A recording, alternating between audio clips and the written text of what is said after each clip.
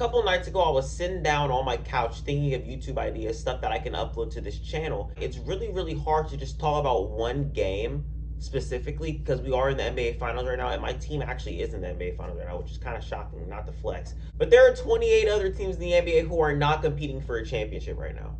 There are multiple stars in the NBA who are not competing for a championship. Just to name a few, Kevin Durant, Kyrie Irving, Giannis, LeBron, Jokic, Embiid, a bunch of guys who are not competing for a championship right now. And then it dawned on me, it hit me.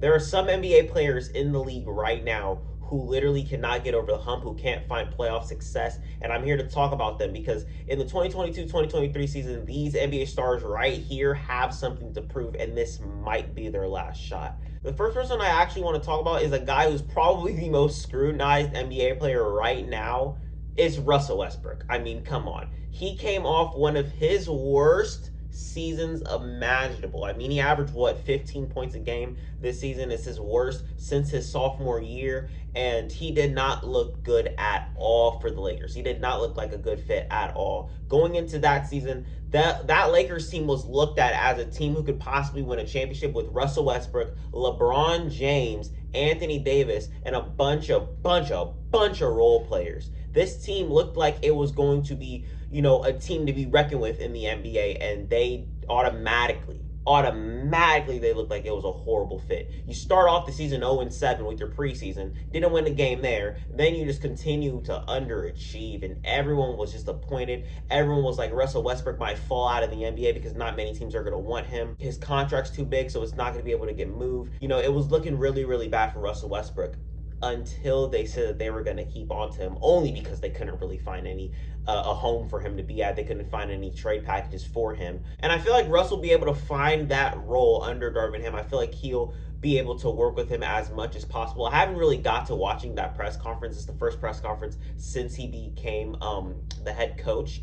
But I feel like Darvin can work with Russell Westbrook and help him find his role, because I mean, Darvin Ham was a role player on his team, on a championship team, might I add, and I feel like that will rub off a lot on Russell Westbrook. Pause. I feel like Russ is an individual basketball player. I feel like he's never really lost his confidence because he's fully aware of how good of a basketball player he is. I mean, we all saw 2017, but I feel like it's just a matter of time till he finds his niche and finds his role on this basketball team, because that's exactly what they need him to find, because the shot selections that he was taking last year were absolutely abysmal. I mean, it was one brick after another. He couldn't hit his shots. He was turning the ball over like crazy. He just didn't look like he belonged on this team, and everybody wanted him out. But now they're stuck with him. It sucks for Russell Westbrook, but that means no more shot chucking.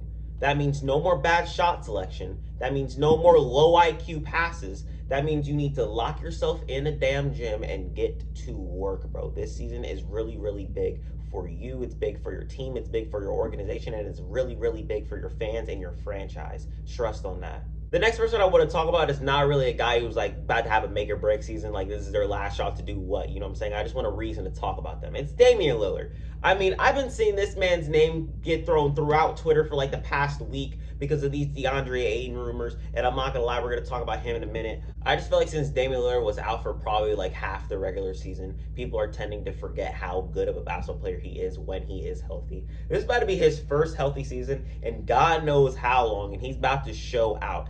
First of all, if the man wants to stay in Portland, let the man stay in Portland. I mean, if he don't give a hell about his stats and his resume, then why should we care? You know what I'm saying? Obviously, the Trailblazers are trying to free up cap space right now because they realized how much of a fuck up they've been. They cleared out all their front office. They're bringing in new guys. They brought in a new head coach last year in Chauncey Billups, and now it's time to finally build around Damian Lillard, and I think that they're about to get some pieces now. Who knows what the pieces are going to be? Hopefully they're defensive pieces, because this man Dame cannot play defense to save his damn life. I mean, he's getting better, but still.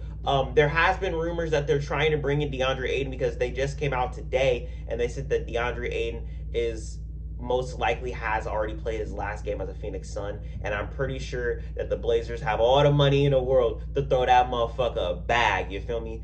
Same thing with Zach LaVine. They're saying that Zach LaVine isn't as much of a layup as he is to re-sign with the Bulls. So hopefully, maybe he can come in. But if you ask me, I think that's just CJ McCollum 2.0, because that's another offensive backcourt instead of getting a defensive piece to, attach to Damian Lillard in the backcourt. You know what I'm saying?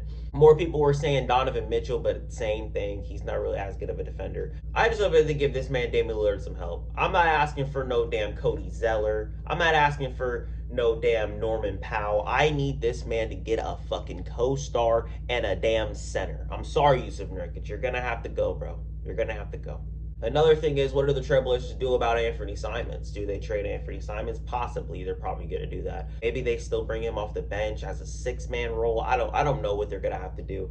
I don't even know why Damian Lillard's even in this video. I just want to talk about Damian Lillard for a second. Let's just say Damian Lillard underperforms like he did at the beginning of the season last year, and then next thing you know, they end up trading his ass. I don't know. Maybe that is what I mean by make or break. Another star who has something to prove, and he's kind of on the same boat as Damian Lillard. It's literally Bradley Beal. The man has been with the Washington Wizards for God knows how long, since 2012, third pick in the 2012 NBA draft. But bro, they're thinking about giving this man the Supermax, and I don't think you do it, because the way that he was playing before he was shut down last year was something crazy.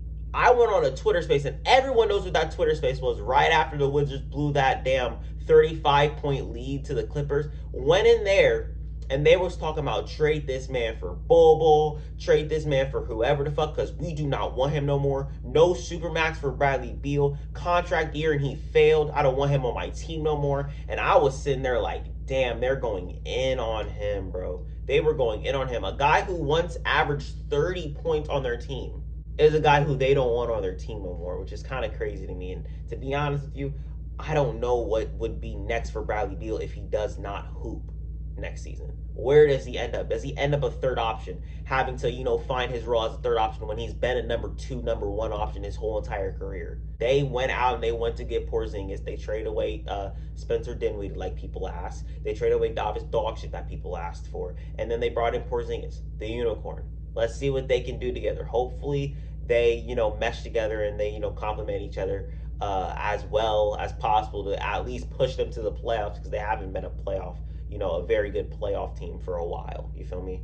Another star I want to talk about, and I'm pretty sure everybody who clicked on this video was anticipating him being in the video, it's James Harden. The things that we have been seeing from James Harden, everyone's fed up. Go from the Rockets to getting traded to the Brooklyn Nets, and then the next season after that, you request another trade to Philly, where you underperform in the playoffs once again. It's not looking good for James Harden. Nobody gives a damn about what he does in the regular season no more.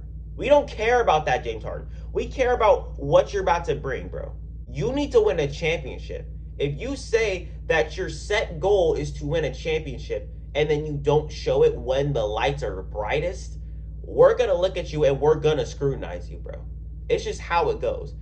You not showing up, you not taking shots when you need to be taking shots in a playoff game, in an elimination game, does not show, signs of a person that wants to win a championship. You feel me? James Harden has put up stinker after stinker after stinker when the lights are the brightest, and everyone's fed up about it. I never thought that this 76ers team was going to be able to do anything in the playoffs this season because of, they haven't been able to build that rapport or, build that chemistry or, build continuity with their guys. And I feel like throughout this whole entire offseason, then in training camp and the whole regular season, they have all that time to do so. You feel me? They have all that time to do so. And people were saying bringing back Doc Rivers was a bad idea. I think it's a bad idea, but I don't at the same time, because I want them to build that chemistry together. I want them to do that. I feel like that's the whole reason why they did do that.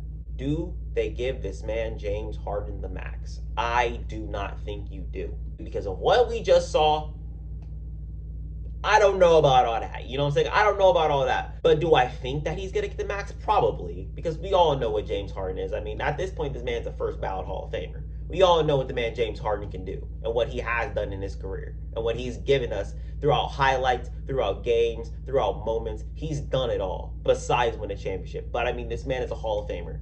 And another first ballot Hall of Famer that's in this video is Chris Paul. Chris Paul.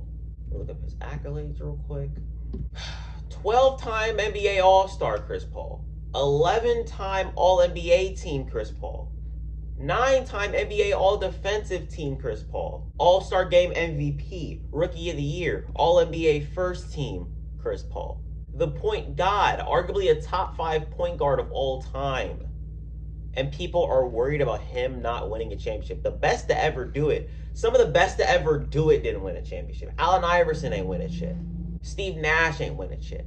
Charles Barkley ain't winning shit. There are multiple legends in NBA history who retired without winning a championship, who have left their mark on that damn hardwood. There are so many legends. And Chris Paul, you know, he might be one of them. But I mean, everyone is on his ass specifically for not getting the job done. I mean, the guy that we're looking at right now has the most blown 2-0 leads in NBA playoff history. I don't think that's something good, but at the end of the day, I think when he makes his Hall of Fame speech, which will happen, we're not going to talk about him blowing 2-0 leads. You know what I'm saying? We're going to talk about him being in the Hall of Fame, all the good things that he's done. It goes the same for Russell Westbrook. It goes the same for, you know, Damian Lillard, probably Bradley Beal, James Harden, the guys who are in this video.